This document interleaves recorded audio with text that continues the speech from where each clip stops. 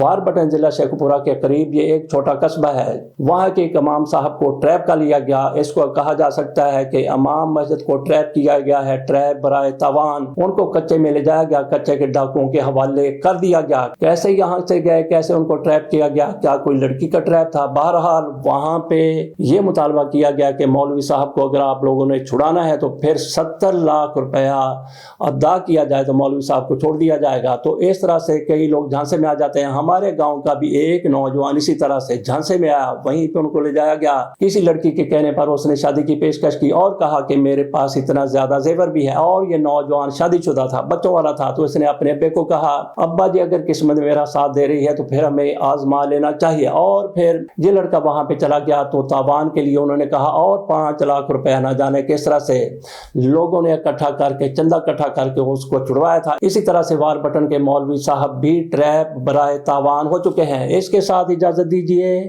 اللہ حافظ۔